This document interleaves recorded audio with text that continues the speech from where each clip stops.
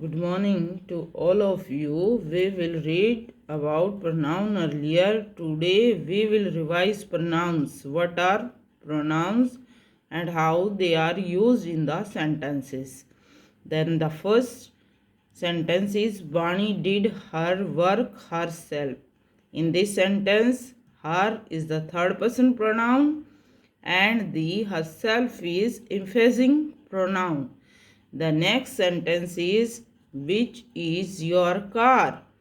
Which is your car. यहाँ पे your भी प्रोनाउन है. कौन सा प्रोनाउन है? Second person pronoun. And which is used to ask a question, so it is an interrogative pronoun. कौन सा प्रोनाउन है? Which. Interrogative. And the next sentence is I know the boy who got the first position in class. I know the boy. I यहाँ पे first person pronoun है. The boy वो noun है जो relate कर रही है, जिसके बारे में रिलेटिव प्रोनाउन यूज हुआ है. Who got the first position in the class. तो हु यहाँ पे कौन सा प्रोनाउन हुआ? Relative pronoun. And the next who is there. वहाँ पे कौन, यहाँ पे कौन है? तो इस सेंटेंस में हु रिलेटिव प्रोनाउन ना होके एक इंटेरोगेटिव प्रोनाउन बन जाता है, क्योंकि इसमें हु आइडेंटिफाई कर रहा है एक क्वेश्चन को. तो यहाँ पे हु एक इंटेरोगेटिव प्रोनाउन है. And the next sentence is the principal himself patted me for coming first. यहाँ पे प्रिंसिपल के बाद हिमसेल्फ है, और हिमसेल्फ हम इसके बारे में पहले भी एक्सप्लेन कर चुके हैं. कौन सा प्रोनाउन है? एम्फेसिक प्रोनाउन. एंड मी यहाँ पे first person pronoun. And the next question is Ram got himself in difficulty. तो यहाँ पे himself, my self, your self, it self, ये सारे रिफ्लेक्सिव या इम्फेजिंग प्रोनाउन बन जाते हैं अकॉर्डिंग टू सेंटेंस सेंस. तो यहाँ पे हिमसेल्फ क्या है? Reflexive pronoun. इन दोनों में आइडेंटिफाई करने का सबसे बेस्ट या सिंपल सा वे है कि इम्फेजिंग प्रोनाउन तो यूज़ होते हैं स्ट्रेस के लिए, जबकि यहाँ रिफ्लेक्सिव प्रोनाउन का यूज़ हुआ है नाउन और वर्ब के बाद. And the next question is these are my books. यहाँ पे दीज और that, those and this and that, तो ये यूज होते हैं डेमोन्स्ट्रेटिव प्रोनाउन के रूप में. तो दीज यहाँ पे है एक demonstrative pronoun. And those are your books. तो दोज दूर वाली वस्तु के लिए यूज़ होता है, और दीज पास वाली वस्तु के लिए. माई से रिलेटेड है, तो ये मेरे नज़दीक है. एंड दोज आर योर, तो योर ये सेकंड पर्सन से रिलेटेड है, तो ये डिस्टेंट थिंग्स के लिए यूज़ हुआ है those. And the next sentence is this is my bench. ये मेरा बेंच है. फिर दिस यहाँ पे डेमोन्स्ट्रेटिव प्रोनाउन है. क्यों? क्योंकि मेरा मेरा यहाँ पे एक फर्स्ट पर्सन प्रोनाउन है और नज़दीक से के रिलेशन को बताता है. And this bench is mine. तो यहाँ पे भी दो प्रोनाउन यूज हुए हैं सेंटेंस में भी, दिस और mine. Mine first person and this demonstrative adjective बन गया यहाँ पे ये. क्यों? क्योंकि this is use before a noun. Noun क्या है इसमें? बेंच. तो इस बेंच से रिलेट है ये, तो इसलिए यहाँ पे ये डेमोन्स्ट्रेटिव एडजेक्टिव कहलाएगा. जबकि सेंटेंस में हमने क्या देखा है? This is. तो ये सब्जेक्ट किस चीज़ का है?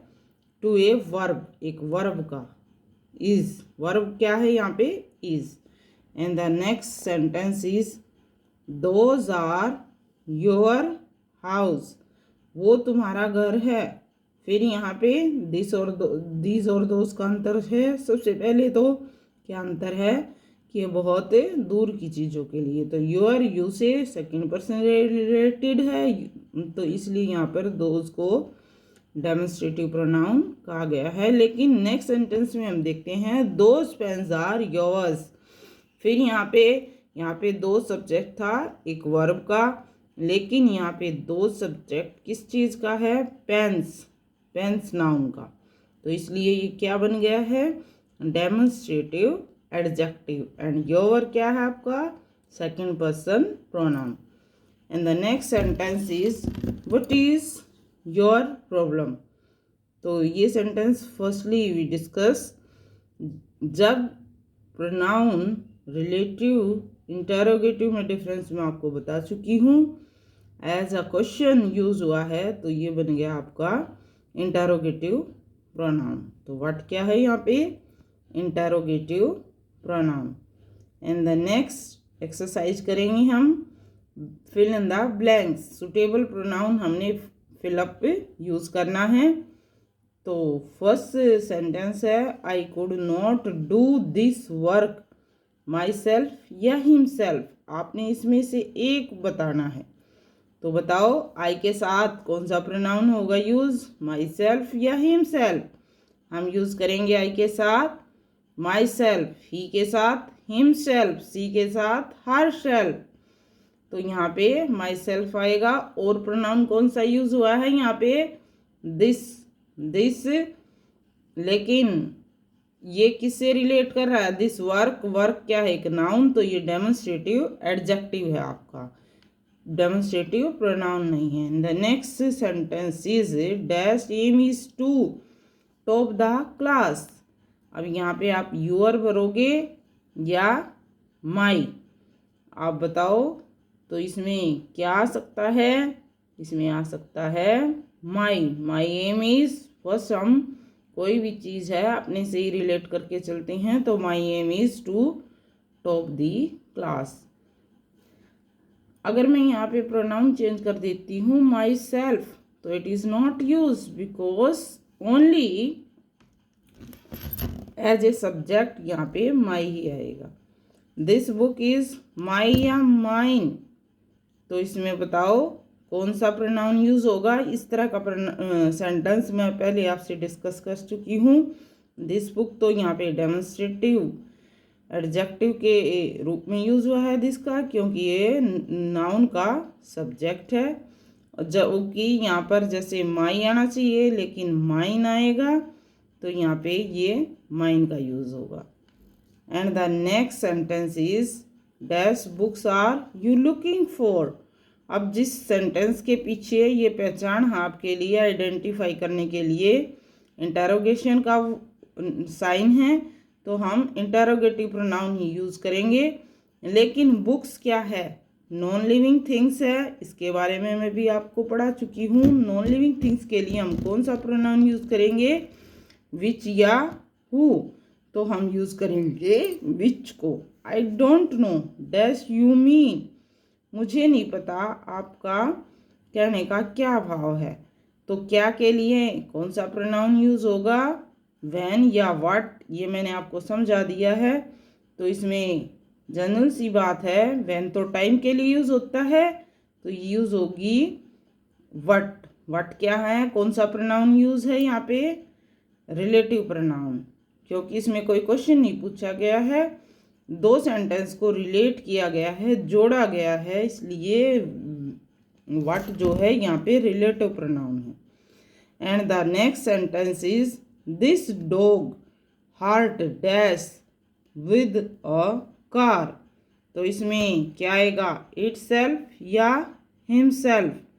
इट सेल्फ बी किस लिए यूज़ होता है? नॉन लिविंग थिंग्स के लिए। तो इसको तो हम यूज़ कर ही नहीं सकते, तो यहाँ पे आएगा हिमसेल्फ। और इसमें एक और प्रोनाउन है, उसको आइडेंटिफाई करके देखो कौन सा हो सकता है? ये रहा दिस।